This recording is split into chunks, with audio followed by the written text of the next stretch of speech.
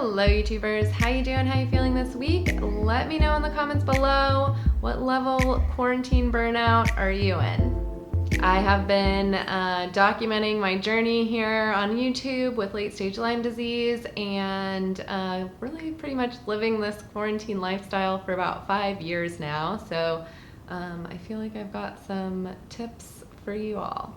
First up, I will just share some symptoms of feeling of burnout. You know, these things can kind of sneak up on us, and it is just a chronic stress that is detrimental to your health. So regardless if you're dealing with a chronic illness or not, you know, you can experience all kinds of physical and emotional symptoms from burnout.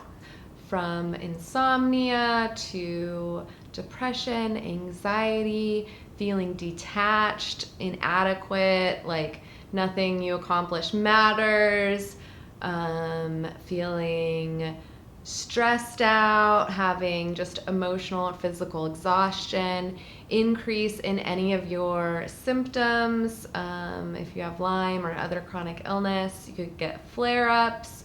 You could experience new symptoms altogether, loss of appetite, digestive issues.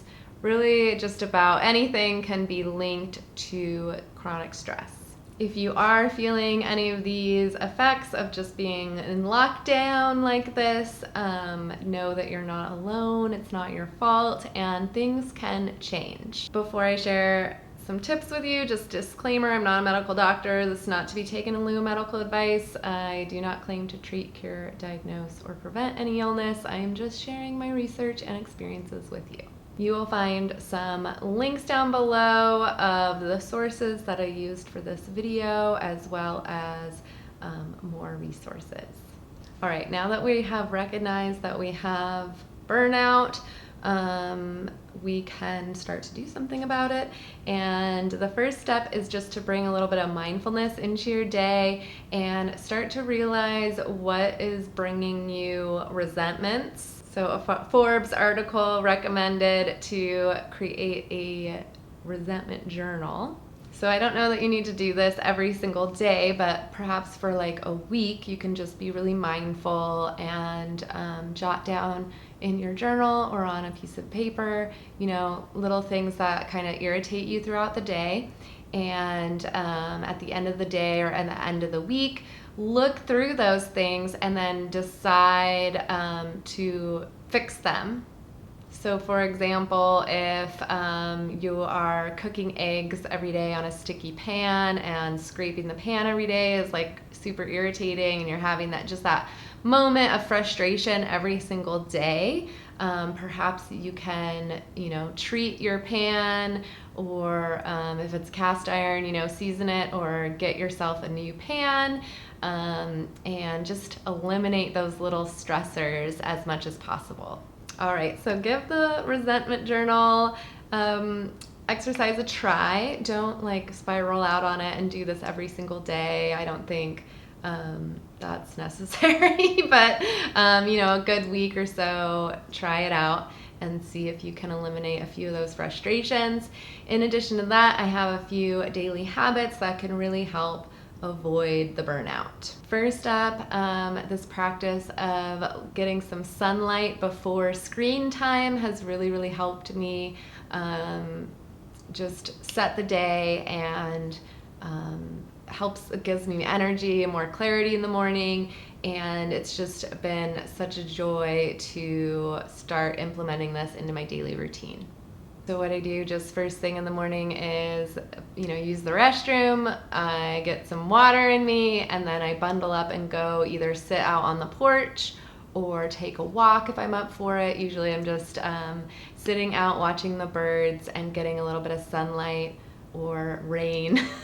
Rain light here in the Pacific Northwest right now, but anytime it's sunny, it's beautiful to go out and just sit, get a little bit of sunlight on your head, your face, your hands and arms at least, and you know, even in the cloud cover or snow, it's still really good for you. Secondly, keep a schedule. It can be really tempting to just, you know, stay up late, sleep in, stay in your pajamas every day, but trying to keep that, at least your waking and sleeping schedule and your eating schedules on time, is gonna help so much. Third thing is to get dressed to shoes every single day, no matter how you're feeling. Put on something that makes you feel good, and put together, ready. You don't have to like do a full hair and makeup or anything like that, but just like your nice pair of leggings or jeans. I have a pair of lace-up, really comfortable memory foam sneakers that I wear inside only, and just getting dressed to shoes really helps me feel prepared for the day, and it gives me just that little bit of boost to get moving, get things going for the day. Fourth thing I do is to give myself little daily goals and weekly goals. I have talked about this journal many times before, but I really, really love the Panda Planner. If you follow me on social media, I'm always calling it the Planda.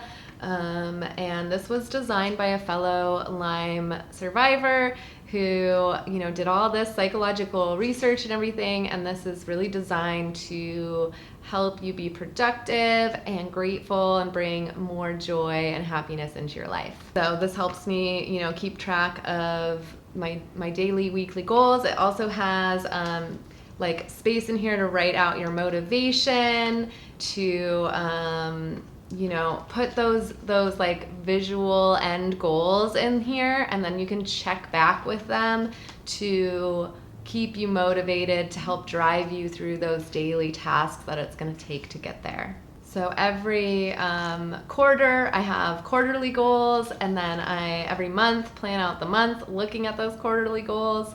Every week I plan the week looking at the monthly goals, and then every day I plan the day looking at those weekly goals.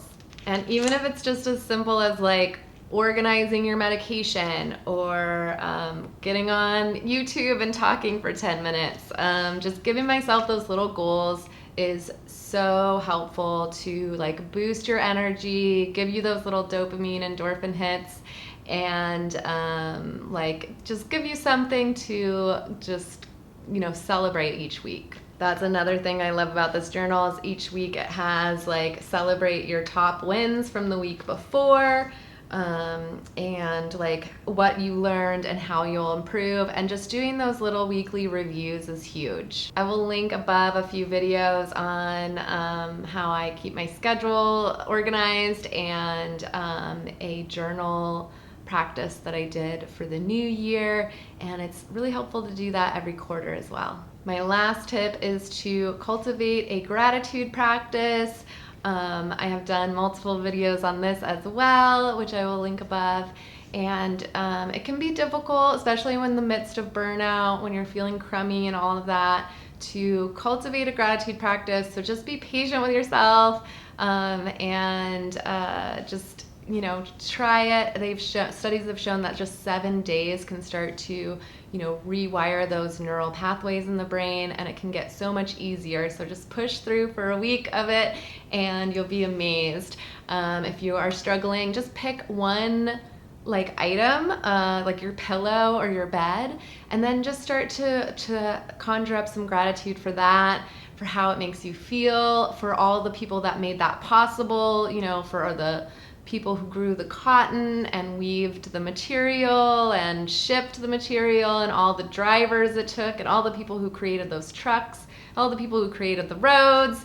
And you can just really fill up a whole page just picking one thing, your cup of coffee, your pillow, your bed, whatever it is, and just go on a gratitude rant like that. Give it 7 days, see what happens. So just a little recap here, you can give that resentment journal a try for about a week or so, just being really, really mindful throughout the day of those little irritants, frustrations. Write them down, go back through and see if you can fix each one. Paraphrasing Eckhart Tolle, you only have 3 choices to either change it, accept it, or get rid of it. Next up, get outside. Try to get some sunlight before screen time. Even if all you can do is just look out the window for 10 minutes. Get dressed each and every day. Put on something that makes you feel like good, ready for the day. I always say, if I put on jeans and mascara, I can do anything. Give yourself little daily and weekly goals, even if it's just as simple as doing the dishes before bed, or taking your medication on time.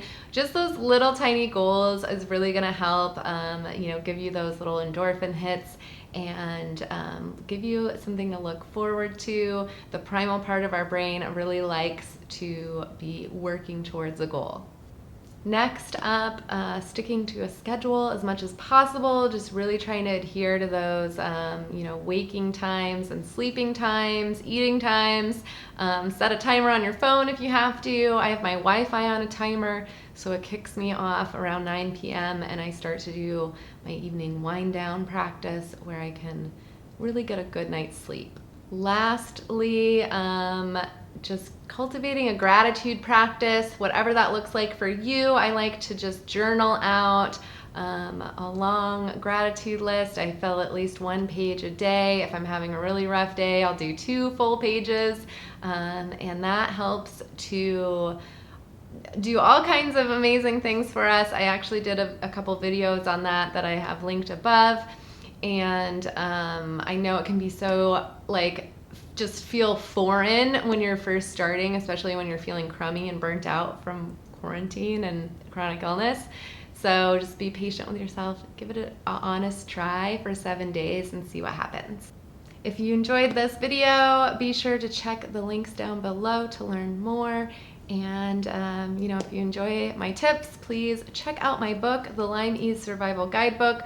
I have compiled everything I know about Lyme disease recovery in here, and just really everything I wish I had known right from the get-go. So regardless if you are a seasoned warrior or brand new to Lyme disease, there's some really helpful tips in here. And you can find that on my website, jenhyla.com/guidebook, or check the links down below.